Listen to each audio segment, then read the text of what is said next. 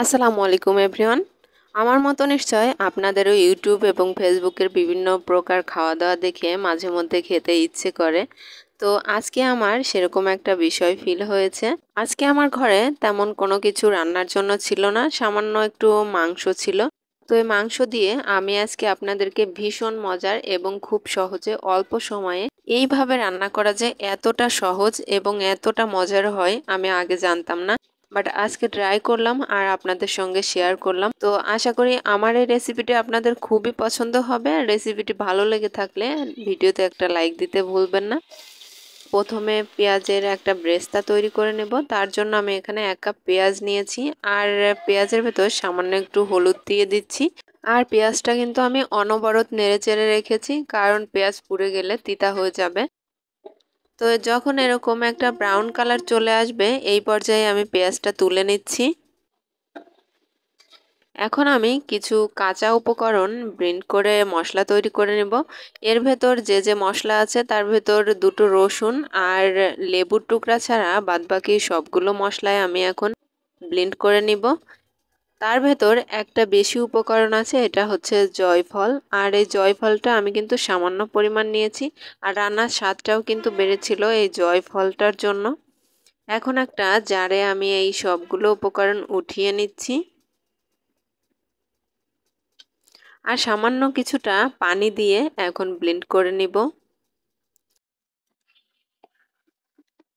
এদিকে আমি 1 কিলো পরিমাণ মাংস নিয়েছি আর তার সঙ্গে 2টো আস্ত আলু নিয়েছি। আলুটা কিন্তু আমার ভীষণ ফেভারিট, তাই দিয়েছি।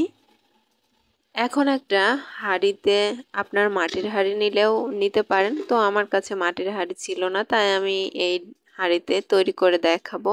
এখানে আস্ত রসুন 2টো দিয়ে দিলাম আর তার সঙ্গে যে লেবুটা রেখেছিলাম লেবুটা চিপে রসটা দিয়ে দিচ্ছি। আর দিয়ে দিচ্ছি 1 চামচ পরিমাণ লবণ, সামান্য হলুদ আর 1 চামচ পরিমাণ মরিচের গুঁড়া। আর যে মশলাটা আমি ব্লেন্ড করে রেখেছি মশলাটা এখন দিয়ে দিচ্ছি। তারপর কিছুটা রান্নার সাদা সয়াবিন তেলটা দিয়ে দিচ্ছি, এটা পরিমাণ মতো দিলেই হবে। আর দিচ্ছি পেঁয়াজ ব্রেস্তা। এখানে আমি সম্পূর্ণ ব্রেস্তাটাই দিব না, অর্ধেকটা দিব আর অর্ধেকটা পরে ব্যবহার করব। আর দিয়ে দিলাম 2টো তেজপাতা। এখন ভালো করে মিশিয়ে নিচ্ছি।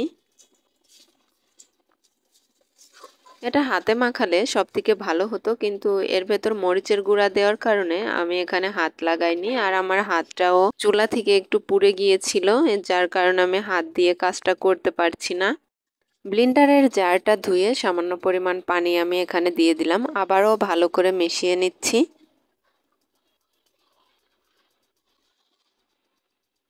এই পর্যায়ে সুন্দরভাবে ছেট করে ঢাকনা দিয়ে ঢেকে দিচ্ছি। দেখুন আমার কিন্তু সুন্দরভাবে ছেট হয়ে গিয়েছে। আর আমি নিয়েছি কিছু গমের আটা। এই আটাটা আমি ভালো করে একটু ছেনে নিয়েছি। দেখুন কতটা পাতলা করে নিয়েছি, একদম শক্ত না। এখন ঢাকনা চারপাশ দিয়ে লাগিয়ে মুখটা সিল করে দিচ্ছি, যাতে এর ভেতর থেকে কোনোভাবেও ভাপটা না বের হয়ে যায়। দেখুন আমি একটু মোটা করেই লাগিয়েছি। এখন নিয়ে যাচ্ছি চুলাতে। চুলার আঁচটা একদমই দমে রেখে বসিয়ে দিব।